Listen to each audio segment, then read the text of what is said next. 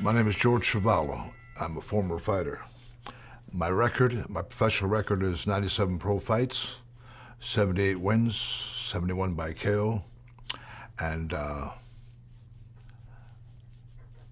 I'm kind of unusual in the sense that I've never ever kissed the canvas, never been knocked down in my 97 pro fights, and I'm kind of proud of that. My first interest in boxing was sparked by me walking into a cigar store, like a convenience store, and I saw the magazine rack, and I spotted a magazine with a fighter on the cover. It was called the Ring Magazine. It called itself the Bible of Boxing, as it does today. And I opened up the pages, and man, I fell in love. The guys with all the muscles and everything. I said, ooh, I want to be a fighter. I went home, Ma, I'm 7 years old. I said, Ma, get me a set of boxing gloves. I want to be a fighter. So it took my mother a couple of years to get me a set of boxing gloves. She bought them at Eaton's. Which was one of the largest department stores back in those days in the 40s. Not around today, but it was around big time then. Anyway, she got me a set of boxing gloves. Either it was for my 9th birthday or Christmas around that time, that year. And I took the gloves, and I remember going across the street to the macaroni field. And that was the unpaved parking lot of Lancia Macaroni, a pasta factory, which was kind of directly across the street from where we lived. And I would take the gloves, and I would box with a bunch of my buddies.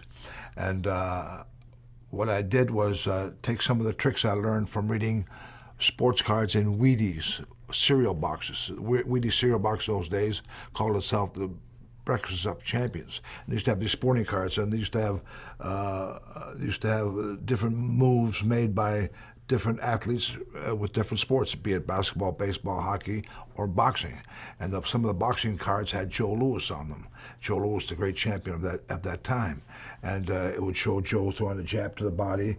Next time he would throw a jab, would throw a fake a jab to the body. The guy would drop his hands, then Joe would hit him a left hook to the head, and that was all explained on the cards. So I would take these little tricks, so to speak, and apply them to the guys I was boxing with, and so I would generally do quite well with these guys. So one day, an older guy, was about 19 or so, said to me, "Hey George, you're pretty good with your dukes. Why don't you go to a gym?" I says, "Where's there a gym?" He said, "At St. Mary's Polish Roman Catholic Church." It was about a mile away. So I went there. By now I was close to 10 years of age. Anyway, I went to the gym. I started training. They had a guy training to fight. He was an older guy who was a one-time pro. His name was Mickey McDonald, the same name as a very infamous bank robber in those days in Canada. But anyway, Mickey McDonald trained the kids. He was in his 40s at the time. A nice man, and he trained us. And it wasn't a great gym. It didn't have a ring in there or anything. But so we sparred with no ropes. We just moved all over the basement floor.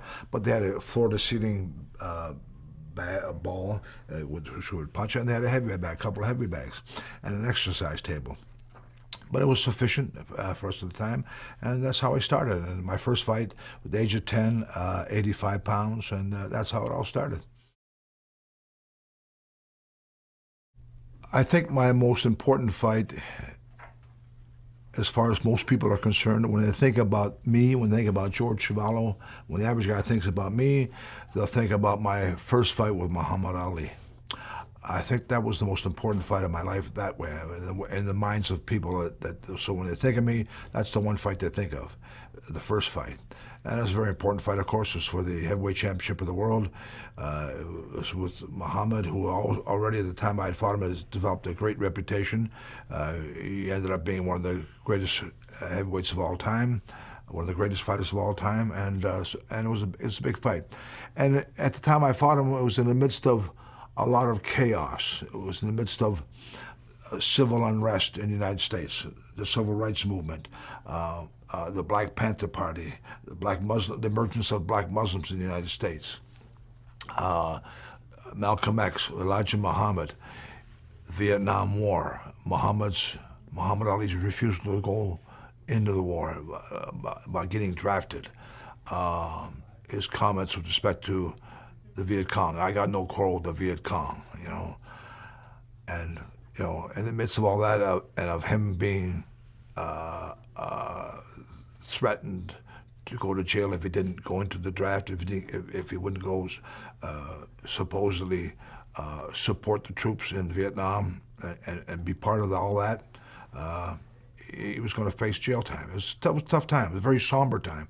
So when I fought Ali, it wasn't the kind of the reckless spirit, so to speak. He was, a very somber Muhammad Ali. When I fought him, it was a very somber, serious time, a very dramatic time, and it was easily remembered. And of course, it made, I think, a great impact in sports at that time, and because it wasn't just sports, by the way, it was also political, and it was also about civil rights. It was some heavy things going on.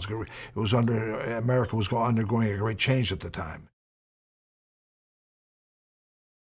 If someone was asking me about if there's a political bent to my fights with Muhammad Ali, I guess I could say yes, but I don't really think so. First of all, I'm not an American. I'm a Canadian. So if I'm fighting Muhammad Ali in Toronto, that's one thing. If I was a white guy, which I am, fighting Muhammad Ali, a black guy, down south someplace, it would have a different slant. But me fighting him in Canada was kind of like saying we're apart from the United States. We don't necessarily approve of all the craziness going on in the United States because we didn't have that history. Mind you, we had a bit of that history a couple hundred years ago that most Canadians aren't even aware of. I'm talking about segregation in Ontario and in southwestern Ontario, I think in Nova Scotia at one time. But most people aren't even really aware of that. But anyway, there are a lot of things going on in the United States at the time. I mean, like, that civil unrest was starting to catch fire like wildfire, and there were a lot of, it was the emergence of Martin Luther King. It was the emergence of black Muslims that were headed by Elijah Muhammad, and later on Malcolm X, and a lot of things were going on in the world. It was like the world was in change, and just like Bob Dylan said, times are a changing.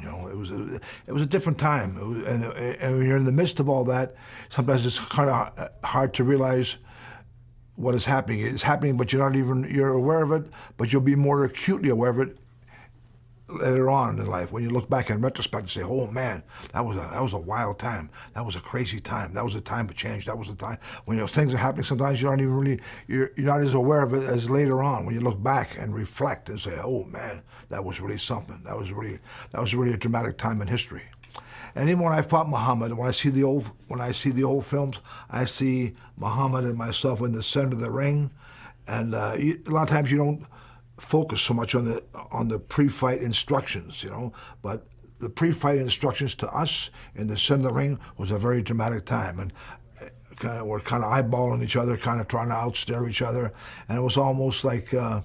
It wasn't almost like, it was like you're going to war, you're going to war, but it was almost like we're standing for other things, standing up for other things. I know and it wasn't so much.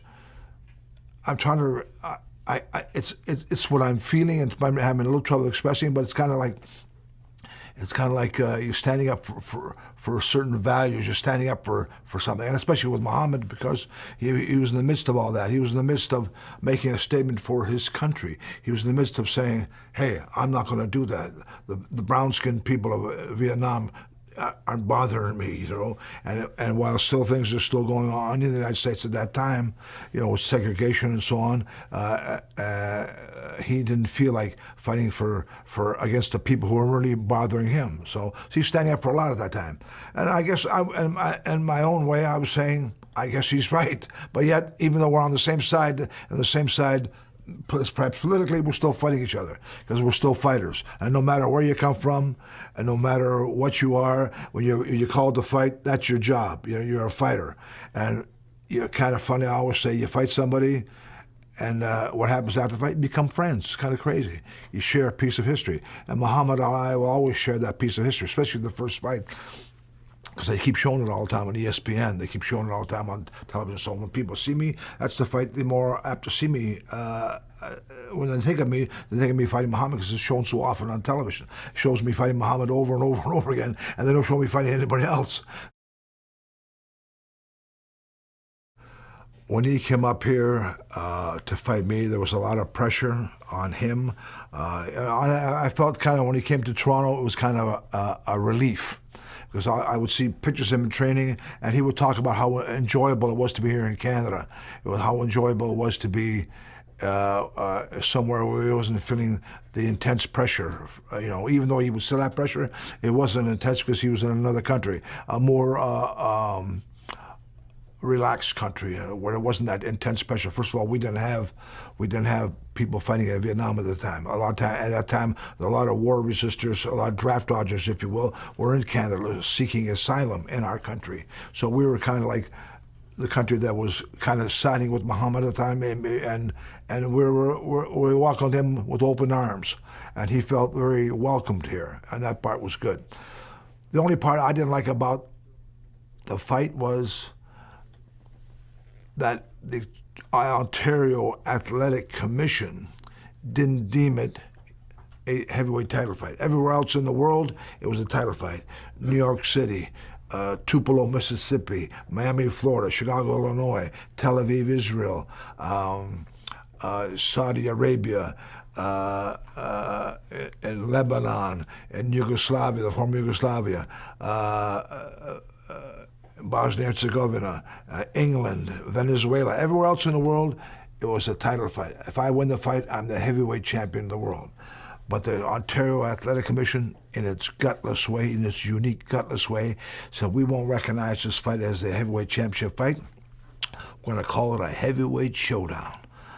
I felt like Gary Cooper at High Noon. If you ever saw the movie Gary Cooper at High Noon, it's going to showdown. It'll be like shootout at OK Corral or whatever. I mean, what kind of baloney was that? If I would have knocked Muhammad Ali out, I wouldn't have been champion of the world.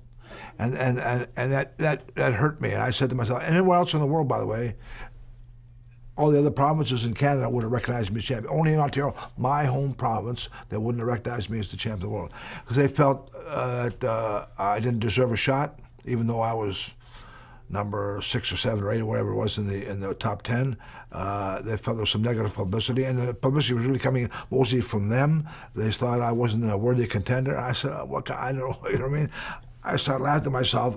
I knocked out guys that he had trouble with. I knocked out Doug Jones. A lot of people thought Jones might have beaten Ali before he was champion.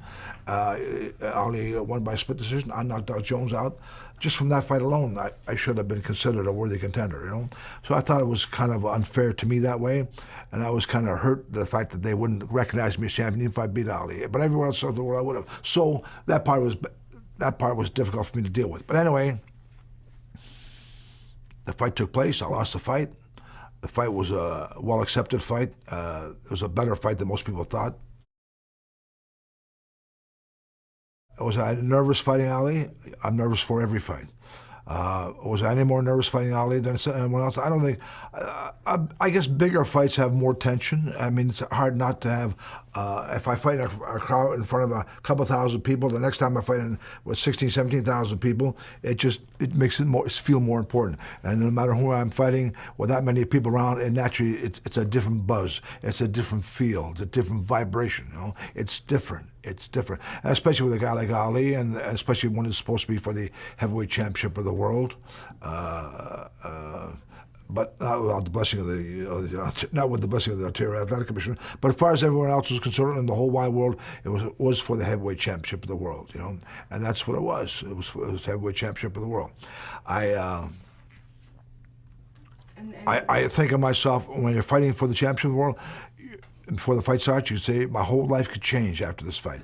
If I won the fight, would have changed my whole life. It would have changed the way my family would have been treated. It would have changed the way my family would have been blessed in so many ways, with how they would have been blessed, at least financially, and how things, in my mind, say, well, it would have been easier for my family in so many ways if I would have won that fight. It didn't happen, but that's a lot of things you think about before the fight, that you'll be kind of on easy street. You win the heavyweight championship of the world, you're on easy street, and your whole future changes. It changes dramatically if you win the heavyweight championship of the world.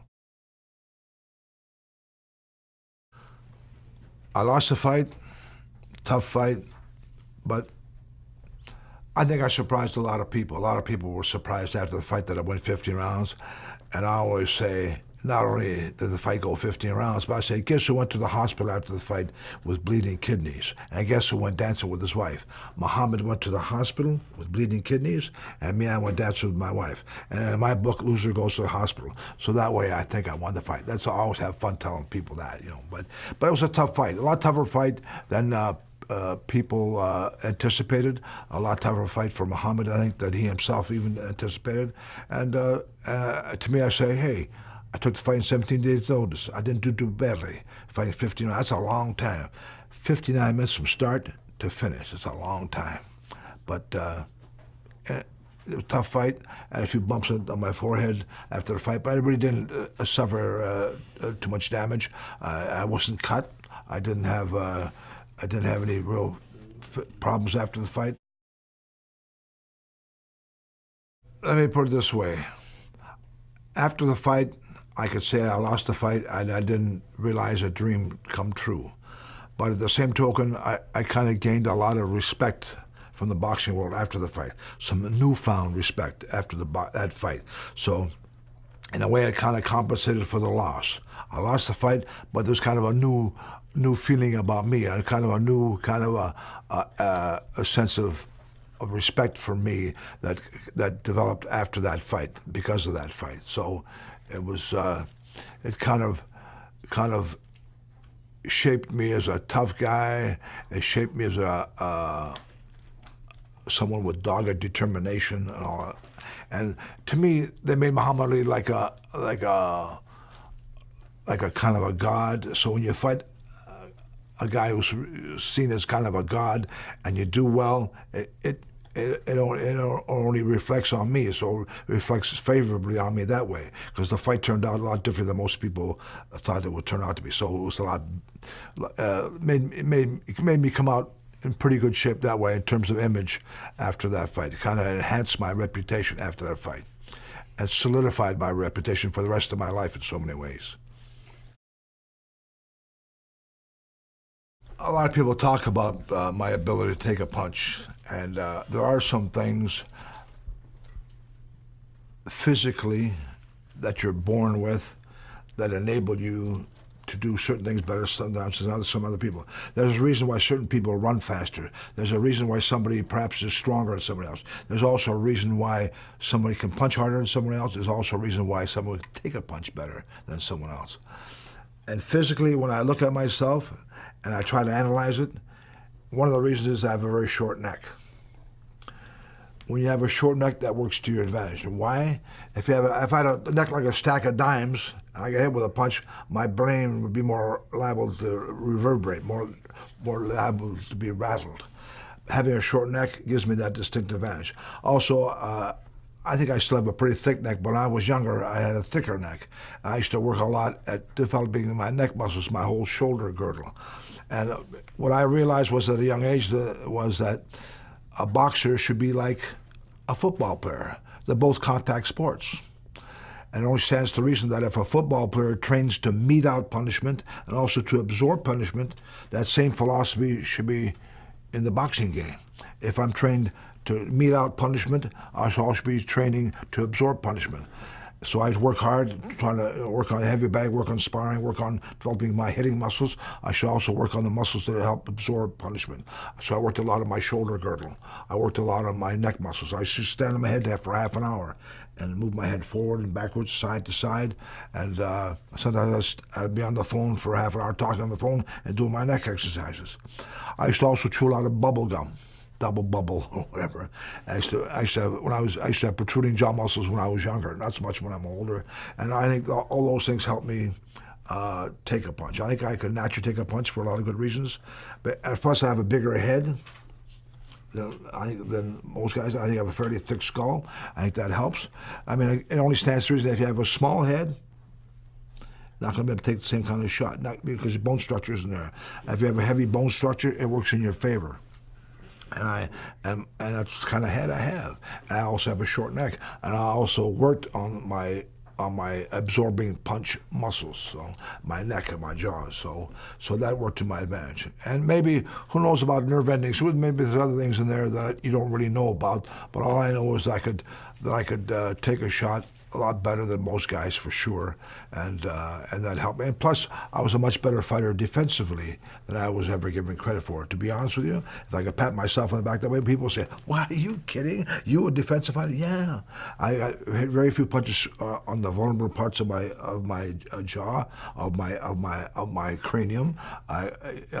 Most times when I got hit in the head, which is higher up, I wouldn't take many punches on more or less the vulnerable parts of my cranium, so to speak. So I got hit high on the head. Most of my shots that I got hit with. I never got hit too many shots around the jaw area. Not really. Up higher in my head, around my eyes, maybe, or around my forehead, but not down here. Not this part of my jaw. Not on the jaw, so to speak. And I was lucky that way. And plus, also the fact that I blocked a lot more punches than I was ever given credit for. Because I think if I got hit with 1/10 of the punches people thought I got hit with, the 1/10 of the punches that I was supposed to be hit with, I'd be in pretty bad shape. I'd be in pretty bad shape. But fortunately, that didn't happen. And for a fighter, I'm glad that I'm able to speak and that people can still understand me, and that they think, "Hey, George, you're not too bad for a fighter. You're okay for a fighter. You can speak okay for a fighter." So I'll take that. Well, we had 3 fights. They gave me one of them, but I mean, the first fight, I don't think I lost a round. Pretty tough to win in Montreal. I'm just being honest. Pretty tough to win in Montreal with the kind of fervor in Montreal. I wish I was from Montreal because the fight fans there are super. They are, but it was tough to win in Montreal. You'd have to knock the guy out. But Robert was a tough guy, good fighter. I don't think there's any question that I beat him the first fight. But anyway, they give it to me the second fight when I fought him at I think I fought him at Delorme Stadium, and outdoors, and I fought him in Montreal Forum. The one in the Forum they gave to me, but the other 2 fights, I mean, the first fight was ridiculous. I don't think I lost a round. After the fight, they raised his arm. What can I say? Like I said earlier, I wish I was from Montreal. It'd be a lot better. Anyway, the only fight I'm not really complaining about is the last fight. I got hit on the ear. Actually, my ear went cauliflower a little bit, and then it subsided, but I had trouble with my ear in the fight, and so I'm not complaining about that fight. It was a close fight to give it to him, but that fight was kind of close, but I'm not arguing about that fight. Only the one I'm really arguing about, really, I guess, is the first one, that they gave me, which shouldn't have happened. The second fight they gave to me, but I was fighting back to back, and Montreal was a better fight town than Toronto. That's why I fought in Montreal. The pay was better pay. It offered more money. I couldn't get that kind of money in Toronto. Boxing is a big deal in Montreal. Fight fans in Montreal are behind boxing 100%. They love boxing. Boxing is a big deal in Montreal. The French papers are really behind boxing. When I fought Cleroux, I was surprised. I could look at the paper, I see about 7 pictures of myself in the paper. They had me doing roller taking pictures. They had me even going to a church and lighting candles.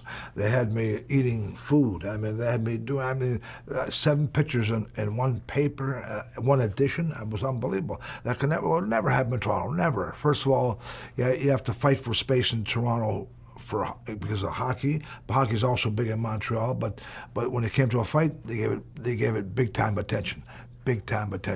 And so in that sense, Montreal, especially the French press, is like no other in North America. I don't believe there's any other city in North America that gives attention to boxing, especially when you have a hometown favorite, somebody who's making some noise, somebody who's got a lot of potential. I mean, I think it was proven with with guys like the Hilton brothers, who aren't even really French Canadian, but they speak, I think, a little French. But Montreal got behind them 1,000%. They got behind Cleroux, of course, too, 1,000%. They got behind. I'm trying to think of now who's the champion. Lucas, the kid called Lucas, did very well, and Yvon Michel is doing a great job promoting, and they have the cooperation of the press. The press in Montreal gets behind fights, and when you make a fight, how do you make a fight appetizing? How do you make a fight an event that people want to see? It's when you write about it, you give it enough attention, you give it a proper attention, and you get the results that Montreal Montreal was getting. That would never happen in Toronto, for instance, never. It wouldn't, because they don't get behind a fight. Who am I talking about? I'm talking about the sports media. They don't get behind a fight like they do in Montreal. Montreal gives it special attention, and it pays off. My fight with Yvon Durrell took place in Toronto. I fought him in Toronto on November the 17th, 1959. Yvon was a tough guy, but he was like he was a great light heavyweight, a very tough light heavyweight. He almost beat Archie Moore. Today he would have been champion of the world when he fought Archie Moore because he had him down 3 times in the first round. I think most referees would have stopped the fight. But Archie was a guy with uncanny ability, a lot of heart, a lot of smarts, and he eventually knocked out Yvon in the first fight. I believe it was in the 11th round. But Yvon was a tough guy. When I fought him, he was, I think, 29 or 30 years old, which isn't really old, but in those days it was considered kind of old. And I remember after the fight, after I knocked him out, he said, "No wonder Chuvalo beat me. I'm an old man. I'm 29, but actually he just turned 30. Didn't realize he had turned 30 a couple weeks before the fight." It was just kind of cute, you know. But I really, when I think about it being old, I think Yvon was complaining about being 29, although he was really 30. I was at my prime around 31, 32. And sometimes, I guess it depends on who you are, but everything kind of melded together at, you know, your physical ability and your experience and all, it kind of combined. So if I think of myself as being when I was at my absolute best, I'd say it was around 31, 32. That's me. I fought George Foreman in New York on August the 4th, 1970, and they stopped the fight in the 3rd round. I don't know why they stopped the fight. I wasn't hurt. I got hit a good shot to put me on the ropes. Then he started throwing punches, all went out the window, so to speak, all over my head, and I throw a punch back, and Arthur Bricanti, the referee, stops fighting. I said, "What the hell are you doing?" I use stronger language than that, by the way, but basically I said, "What the heck are you doing? Why are you stopping the fight for?" You know what I mean? But you know, I mean, it should have been stopped. It shouldn't have been stopped. George Foreman has has a stamina problem, especially in those days. He's got a little smarter when he got older. He kind of paced himself, but George lacked stamina, especially in the early part of his career. And I felt if the fight went a few more rounds, especially with George, the way he throws punches out the window, so to speak, I think I would have stopped him. I believe that. And people said, when I tell them that, they start laughing. I said, "But I know, I'm telling you." I fought Joe Frazier on July 19th, 1967. I got messed up in the fight because of a bad eye. I should have postponed the fight because I got hurt in a fight before I fought Joe. I fought on June 22nd that year, a month before I fought Joe, and I fought a guy called Archie Ray from Phoenix, Arizona in Missoula, Montana. And I knocked Archie out when I hit him my left hook to the body. I think it was, I forget what round, early rounds, and I hit him my left hook to the body, and as I hit him left hook to the body, he kind of jackknifed, and his head went like this, when it came down like this, I knocked the wind out of him, and his head his forehead hit my cheekbone. And he dropped to the canvas, and they counted him out, and my eye started to swell. And I took some medication called Orenzymes, and after the fight, and they're supposed to help reduce the swelling, break up the swelling, reduce it. And I thought it was okay. I took it for a few days, and I was okay. But I went right back in the gym and I started sparring. But every time I started sparring, if I get hit in my cheekbone, it would start blowing up. So I told my trainer, I said, "I think I'm in trouble here. I gotta give my eye a better rest." But then you're fighting a guy like Joe Frazier, and if you don't train properly, if you don't get sparring, you're gonna be in trouble. So I take the shot. I worked hard at the gym. I was in good shape, and I remember talking to my manager, trainer, about postponing the fight, but they all said, "Oh man, we can't blow this fight, man. This fight is important. We're gonna be in New York City, all this stuff. If we do, we mess ourselves up with the promoters, all this stuff." So it appealed to the macho side of me. So I didn't postpone the fight. I fought Joe. I won the first 2 rounds. The 3rd round, I got hit with a left hook, closed my eye immediately. I came back to the corner, and my eye was shut. After that one shot, the 4th round started. I went out, And after that, I was getting hit with punches I couldn't see. I had my hand up here, and because my eye was closed, I would see the punch, and all of a sudden I can't see the punch. And I was getting hit for free for about half a round. All of a sudden, I got hit with a left hook, and I could feel the eyeball go through my optic floor. And I winced, I guess I turned my head like that, and the referee saw me in obvious discomfort. He stopped the fight. Actually, I was fortunate that he did, because if he didn't, I would have been blind in that eye. And so after the fight, I went to a hospital, not the same night. A few days later, I went back to the hospital in Toronto, because that fight was in New York. I went back to Toronto, and I went to the hospital. They took x-rays, and they found out that my eyeball was broken through the optic floor.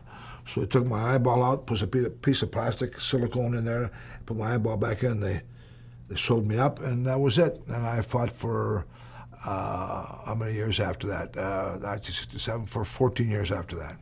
No, excuse me, 12 years after that. So, but the American Medical Association wanted to stop me from fighting. They said I shouldn't fight because of my eye, because the optic floor was damaged. But I fought for another 12 years, and it didn't bother me after that. But that fight, I'm not taking anything away from Joe Frazier. Joe Frazier's a hell of a fighter. He's relentless, and he's a good puncher, and he's steady. He's relentless, and he's a great fighter. And but I still would like to fight him with if Maya was okay. And I shouldn't have fought that fight, but it's not Joe's fault. It was my fault, because I should have stood up for myself and said, hey, I got to postpone the fight and fight him later on. Maybe the same thing would have happened, but I think I would have my eye wouldn't have been quite as tender as it was in that fight. Well, first of all, boxing is a tough life, but sometimes life outside of boxing is even tougher. I had I had 7 people in my family. My wife and I had 5 children, 4 sons and a daughter. And 3 of my sons got involved with drugs, with heroin. And I lost 3 sons to heroin, because of heroin. And I lost my wife, who committed suicide after the loss of our 2nd son. So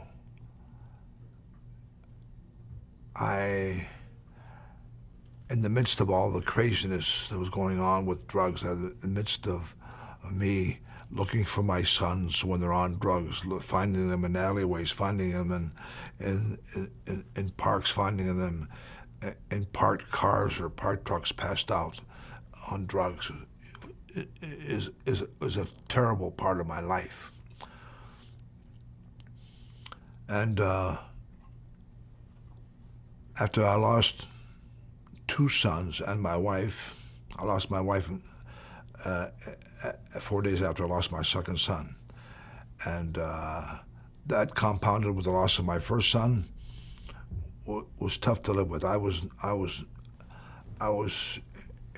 in the abyss of misery. It was like I didn't know what was going on. I was not only in misery, but I was I walk around like a zombie. I didn't know what was happening. I was like abandoned in the ocean on a raft. I didn't know where I was going. I was so messed up. I couldn't. When I look back, I realized how fortunate I was to find peace in my life to some degree, and I have to attribute a lot of that to my 2nd wife, Joanne, whom I met, and who was my salvation in so many ways, because she saved me in a lot of ways. Kept me grounded as much as I could be in a very difficult time, and gave me hope for a future. Because if you don't have any hope, then the future is bleak. If you don't see yourself with any hope, you don't see yourself surviving. And if I didn't have any hope, I couldn't have survived.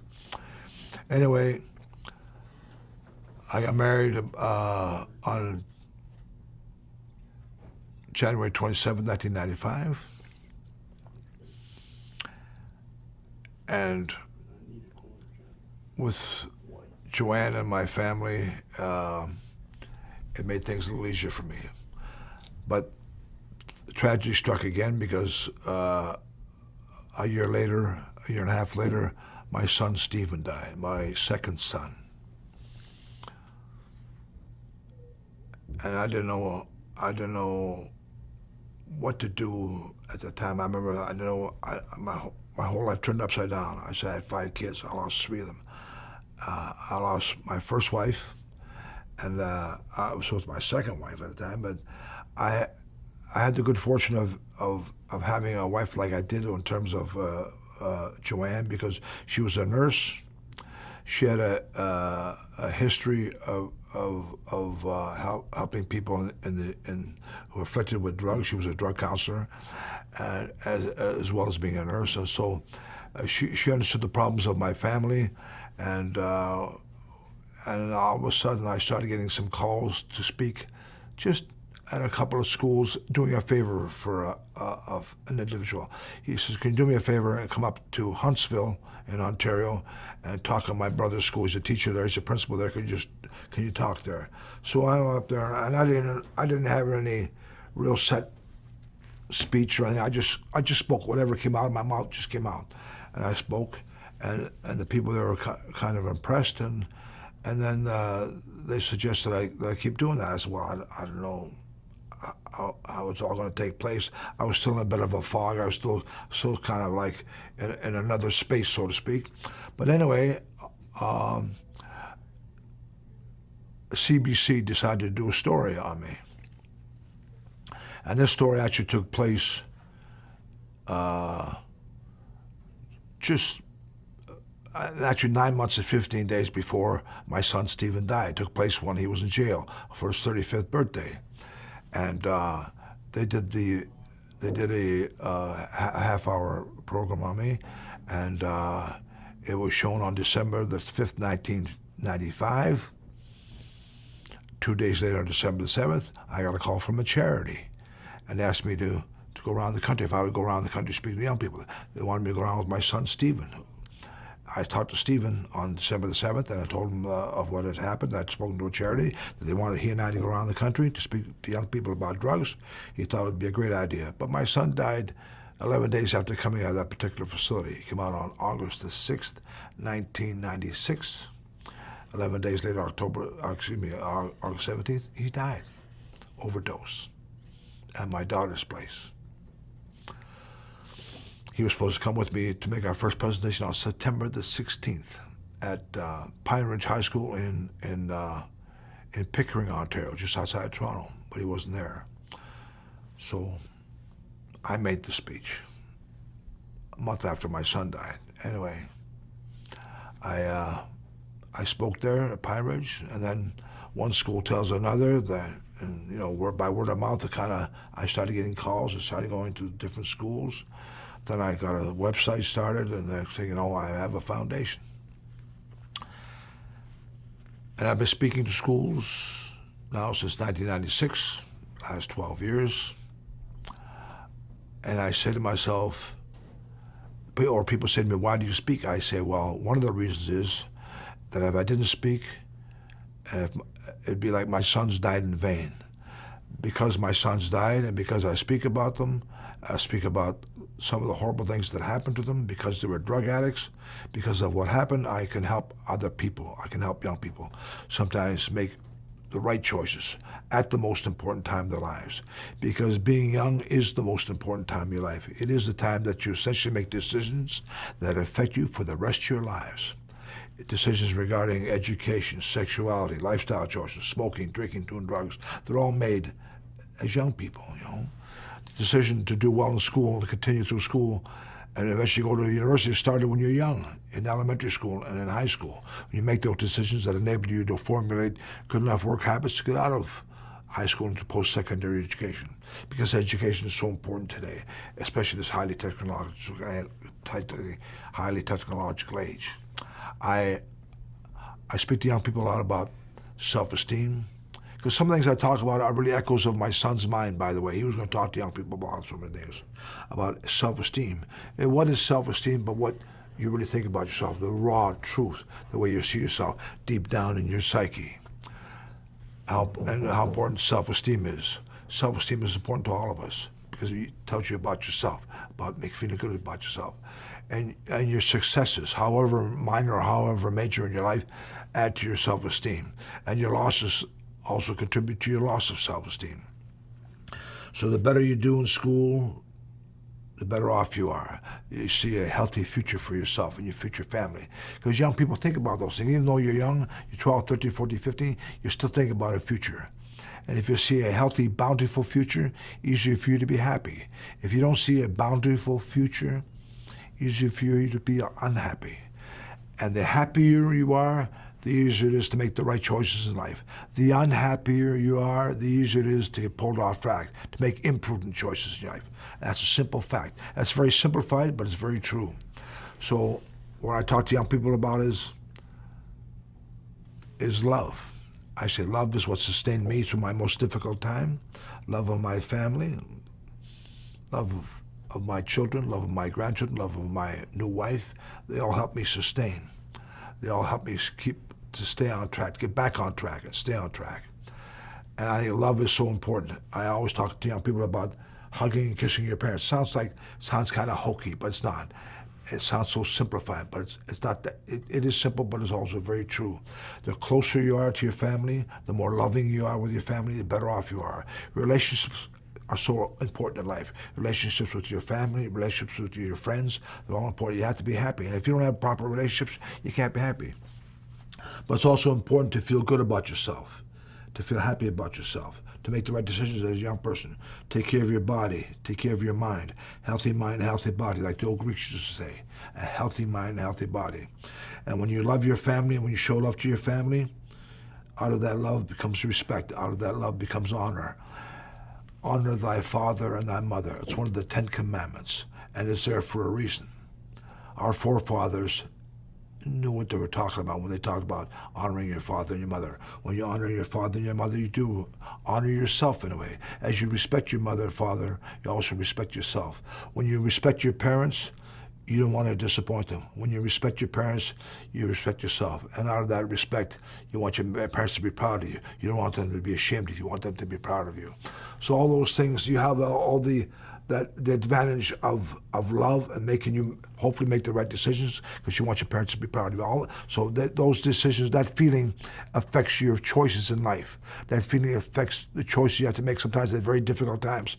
Split-second decisions sometimes, because today, young people are exposed to so many things that are incorrect and so many things that are false. Like the false promise of using drugs that's going to make your life better. And that's a load of bunk. That's a load of crap. You're not going to feel better doing drugs. It will hurt you. It will kill you. It will ruin your life. And not only your life, sometimes the lives of your family who continues to live, but in misery. It's hard to lose family. It's hard to lose a son. It's hard to lose a daughter. It's hard to lose a wife. It's hard to lose a husband. It's hard to lose people you love. It's hard. And so when you're on solid ground, when you have love in your life, when you're on solid ground, when you're doing well in school, and that's important, when you make the right decisions in life, when you don't smoke, you don't drink, you don't do drugs, those are all positive things. Those are all the positive lifestyles. I always say to a young person when I see them in jail, I always ask them about education, because there's always two common denominators when I see young people in jail. Two common denominators usually. I say, how are you doing in school before you got to this particular facility? Usually one or two standard answers. Shake it there or thumbs down. No good, no good. Most young people who get in trouble with the law don't do well at school. Hard to find an honor student in trouble with the law. And that's got to tell you something. Another one is smoking. I don't know why anyone would ever want to smoke a cigarette today. When I was a kid, the worst thing you knew about cigarettes, bad for your wind. If you want to be an athlete, don't smoke. But today, with all the information one is armed with, it makes you wonder why anyone would ever want to smoke a cigarette. Look what it says. You hear about it on television, you hear about it on radio, you hear about it in the newspapers, you read about it in the newspapers, in magazines. Smoking is bad for you. Look what it says on a cigarette package. Every cigarette package sold in Canada, basically, I'm not talking about illegal cigarettes. I'm talking about cigarettes, regular cigarettes in a package. It will carry a message from Health Canada, from our government, talking about cigarettes with all the stern warnings. Smoking tobacco can cause cancer. Smoking tobacco can cause heart attacks, strokes, emphysema, lung disease. Smoking tobacco can cause harm to your fetus during pregnancy. Smoking tobacco can kill you. If those same stern warnings were on packets of Campbell's tomato soup, Who would ever eat a can of tomato soup or drink a can of tomato soup? Nobody. Not unless you want to commit suicide. So when a young person smokes that cigarette for the first time, he or she disrespects themselves, essentially disrespects themselves. No right-thinking parent or grandparent, even if they smoke themselves, would ever want their beautiful child to smoke a cigarette. Not really. So when you do smoke that cigarette for the first time, you disrespect yourself. You take your first rebellious step against parental authority on a health issue. So I'm just saying, so when you smoke a cigarette, I'm just giving an illustration. I know I'm talking a little longer. If you saw two girls, identical girls, twins, dressed the same way, look the same height, same weight, features the same, two twin girls, let's say 16 years old, one smokes, one doesn't, and you said to yourself, in your natural mind, which girl does better at school, smoker or the non-smoker? I know what you would say in your natural mind. Who does better? The non-smoker. If you said to yourself, which girl has been in trouble with the law, the smoker or the non-smoker, your natural mind would say the smoker. In your natural mind, if you said to yourself, which girl is more apt to be promiscuous, God forbid, would you say the smoker or the non-smoker? You would say the smoker. Your natural mind would tell you the smoker. So there's something to be said about that, about the loss of self-respect in so many ways. And that's why I talk so strongly against smoking.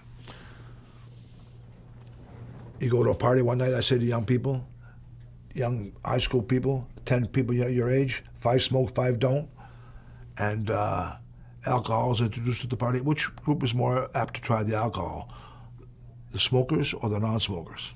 It's easy as pie. It's the smokers. The people already disrespect themselves. You used to have a drink. After a couple of drinks, your inhibitions are down. Someone introduces a joint at the party. A lot easier to try that joint if you already had a couple of drinks. A lot easier to try that joint if you already smoked tobacco. A step from smoking tobacco to smoking a joint, not that dramatic. Next step down the road could be hash. Next step down the road, prescription drugs. Next step down the road, crystal meth or ecstasy. That can kill you, sure enough. Next step down the road, crack, coke, or heroin. No one starts out by doing crack, coke, or heroin. They go through the preliminary steps, and more often than not, starts out with a simple cigarette. So that's what I talk to young people about. That's one of the things, one of the many things I talk to young people about. And I think it makes a lot of sense. I think I have a chance to affect young people. I think I have a chance to make them think very strongly about certain decisions that they have to make, that they're all faced with at some point in time in their lives.